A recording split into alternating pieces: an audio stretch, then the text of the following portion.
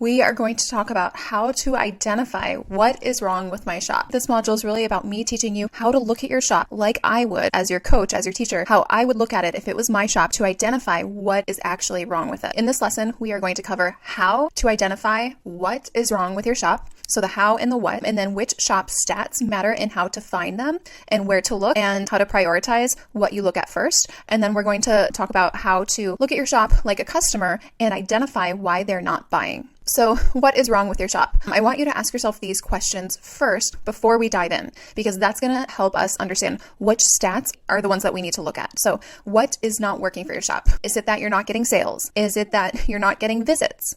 Is it that you're not getting favorites? Is it that you are not hearing anything from customers, like prospective customers, like questions about your items, curiosities, inquiries? Does it seem like people are not even interested and they can't even think of a question because we haven't even piqued their interest enough to get them to ask a question about it? Is it that you're not growing your social media, that your social media is just dead, non-existent, no one's engaging, it feels like no one cares about us? Like, is it your social media that's part of the problem? Are customers maybe leaving mixed reviews? Are you kind of getting some good, some bad? You know, every time you get the notification that so-and-so left a review, do you just have a pit in your stomach because you don't know which way that's going to go? Are the reviews you're getting, are they not reliably positive? Are they kind of up and down and all over the map? That can be very, very stressful. So this is my guess. Usually when we are not happy with our Etsy shop, when we are not happy with how things are going, it could be that we are getting views on our shop, but we're not getting sales. We're not converting people. There's some disconnect there. So we're getting views, but they're not buying and we don't know why. Or we're getting not enough views, no views, and hence no sales, but we can't even get eyes on our stuff. So how are we supposed to get it sold? So maybe you're not getting views or enough views. Maybe no one is asking us about our items. Maybe it seems like, yeah, we're getting views, we're getting a couple sales, but no one seems very interested in it. No one seems like it's even worth their time to send a message and ask a clarifying question, or maybe they're not asking for custom requests. Maybe they're not saying, I really like this, but could you make this different? Maybe they're not saying anything to us. Maybe there's like zero customer interaction. Maybe customers are not leaving reviews like we hoped that they would. Maybe we're shipping out orders, we're getting views and some sales gradually, but no one's leaving reviews. And it's really discouraging because we were hoping that they're going to leave reviews to build up our track record and to build our reputation, right? Those testimonials to encourage other people to buy. But the people who receive their things, they're not giving any feedback at all. So it's really not helping our track record any more than just building up our sales number at the top of our homepage. Maybe on our social media, it's just like crickets. Like no one is hearing us, no one is interacting with us. We post things, we show up, we show our face, right? We do an introduction post with our face and 5 fun facts and no one says anything. Maybe you'll get like a couple of likes. Maybe they're like bots or not even real accounts. Maybe they're fake accounts. And maybe it's just really discouraging because you feel like you're putting yourself out there and then it's almost like that feeling of rejection. Wow, I'm going out on the limb and being vulnerable and no one cares. So maybe that's how we're feeling. All of these things are discouraging. So we are going to dig in to figure out why this is happening and what we need to do about it. So this is really a shop audit. So this is a dangerous place to be in if you are feeling those types of things for too long, because sellers who go too long feeling this way on Etsy without seeing a change in their results, if those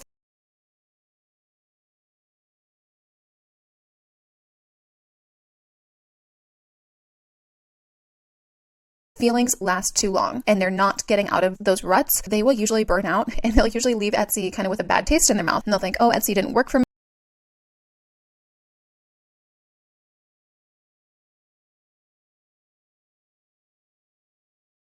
me. No one liked my stuff. No one cared. It just didn't work. Maybe it works for some, unicorn situations, but I did my best and it didn't work. And they're writing it off. That's what happens if you stay in the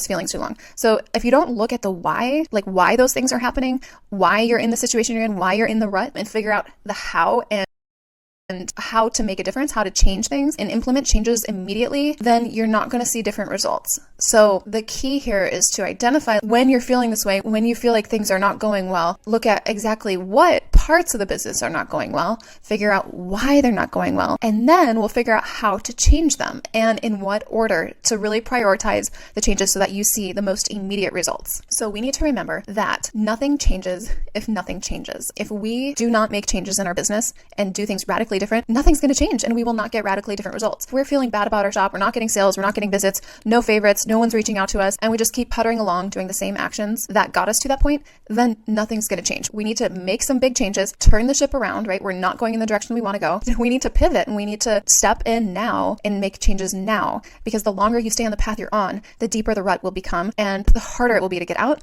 and the more likely you are to fizzle out and quit. So this lesson is all about quick jumpstart things, make some pivots, strategic ones, prioritize the right ones so that you see fast results. So I want to explain to you why I am putting this lesson in towards the end of the course.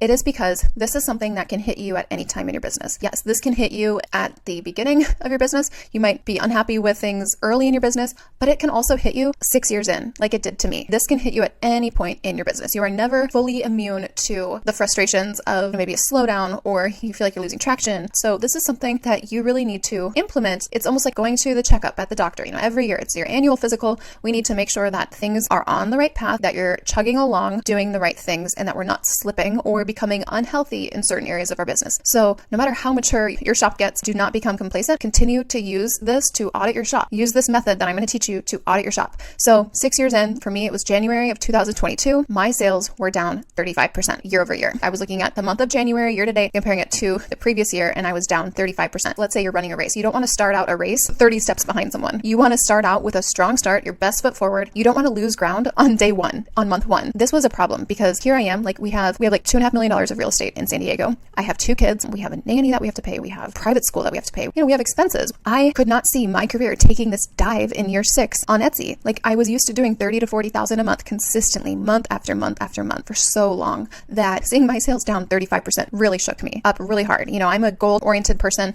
I am driven by my New Year's resolutions. I had some sales goals to hit and I wasn't going to hit those goals being down 35% year over year. If I kept doing what I was doing, I was going to have stayed on that downward slide. Nothing would have changed if I didn't change anything. So as a shop that did 30 to 40K a month, I had to jumpstart the car and get things moving now. I did not want to wait another month to see if things would turn around. I did not want to rely on outside factors to see if my sales would turn around or my visits would turn around. Losing ground and having the whole year be a downhill slide was not an option. The reason I love being self-employed is because I really have the power to make as much as I want. There's no ceiling on your earning potential when you are self-employed, especially on Etsy. If you are willing to work hard and be strategic, it can happen for you. And in 6 years in, I was facing this same spot that a lot of people face in their first year. You're not immune, it can hit you at any point, but I had to make changes to turn the ship around. So I'm going to talk about that. So how do we diagnose the real problem? Because so many people come and say, I don't know what's wrong with my shop. I don't know why I'm not getting sales. That's like the biggest thing I hear. So we need to identify the why, which is the problems. And this is a 2-step approach. So we're not guessing. I can only do so much as a doctor,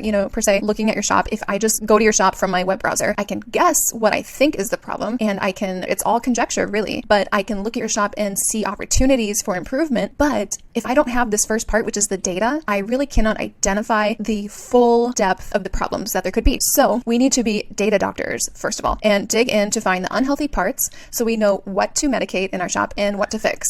I know I'm going down this metaphorical path here, but just go with me, okay? So that's the first part that we need to look at. The second part we need to look at is we need to step outside of ourselves and we need to step into our customer's shoes, our profitable customer that we have chosen to sell to. And we do this to find out where the disconnect is between our offering and our profitable customer. And this is going to be like the why behind low conversion. When you are a business owner, and especially if you have your hand in actually designing something that you sell or making something that you sell, it's a lot harder to see these points of disconnect. It's a lot easier to be biased when you are the designer, right? When you are the one who is coming up with the ideas and either crafting it or outsourcing the design of it. But when they're your ideas and you are selling them in your shop, it can be really hard to see things from an objective viewpoint, from the customer's viewpoint and how they're seeing you. And we need to really learn to step outside ourselves to find the why behind why they're not converting. Okay, so the data. We want to know where to find it and what actually matters. So we're going to look at 2 parts of your shop. We're going to look at the macro, which is the shop level, and then the micro, which is the listing level. We can't just look at it all at once. We have to really take it in steps here in order to know what the problems are.